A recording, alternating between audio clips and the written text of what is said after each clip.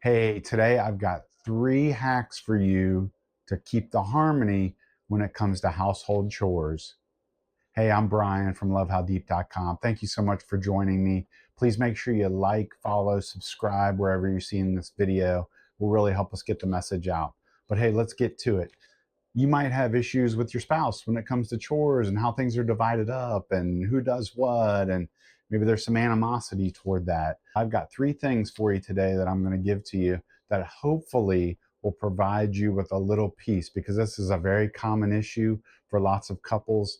And I will say that Heather and I, this is one of the areas of our marriage where I feel like we have it together in general, but a lot of couples don't, and that's okay.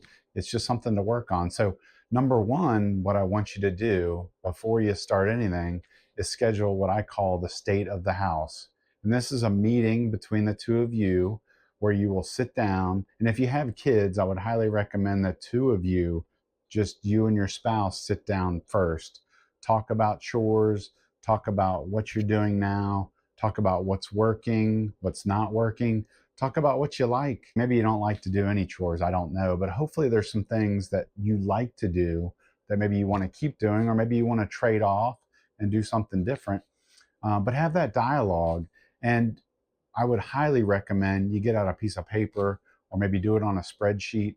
I've often seen that when you do that, it can take the emotion out of the situation. It can calm nerves, calm those flare ups that happen.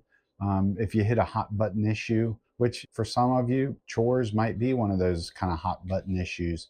So, again, highly recommend that a piece of paper or a spreadsheet, and start to talk out the issues in a kind, loving, logical manner. And then what you want to do, step number 2, with that, the state of the house address, is you can bring in the kids. If you've got kids and they're able to do some chores, bring them in, include them, and even as much as you can, include them in the process of making the decisions, empower them, so to speak. Don't necessarily tell them, hey, this is what we're going to do. And again, I know that's not easy because kids are resistant. They don't want to do certain things, and they're going to try to get out of doing whatever. But if you can, maybe give them some choices on what they want to do. And maybe they can even swap up things over time. So, again, state of the house address and a meeting, extremely important, I think, when it comes to this and dividing up and conquering the chores in a really healthy, kind, and loving way between you and your spouse. And once you start to do the chores, number 2 that I would ask that you might consider is you might consider swapping chores. Maybe there's something that I know, for example, in my own marriage, Heather typically cooks dinner. She does that 100% of the time. I'd like to say it's 99%, but it's not, it's 100%. And then I clean.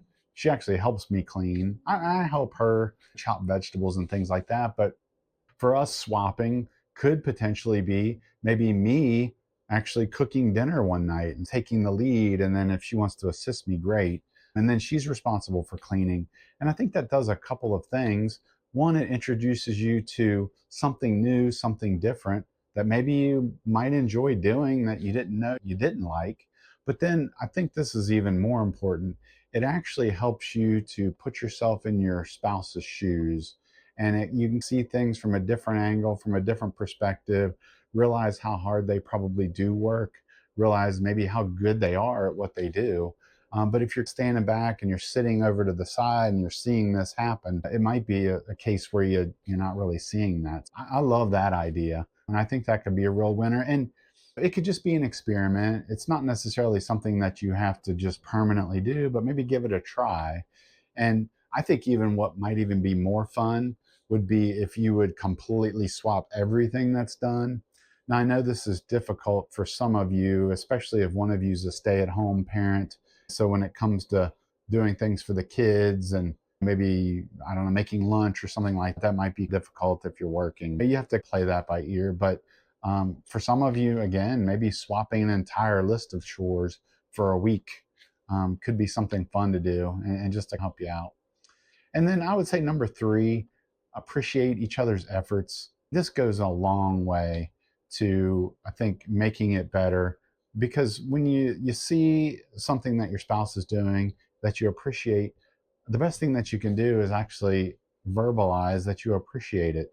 That can go a long way. I've seen where that really encourages your spouse, makes them want to maybe even continue to do even more than they're already doing. And then a lot of times that response or that compliment kind of bounces back to you, and then you'll end up getting it. I'm not saying all the time, but there's potential for that. So again, as much as you can, appreciate things. That's where again I see couples go wrong, and they start to get into this competition kind of zone, and I do this and this takes me this much time, and you're not picking up the slack. Yeah, I get it if you're in that situation and that is truly what's going on. Maybe that has to be part of the state of the house address, but do it when you're calm and when you're logical and you can really think things and talk things through from a less emotional space, so to speak.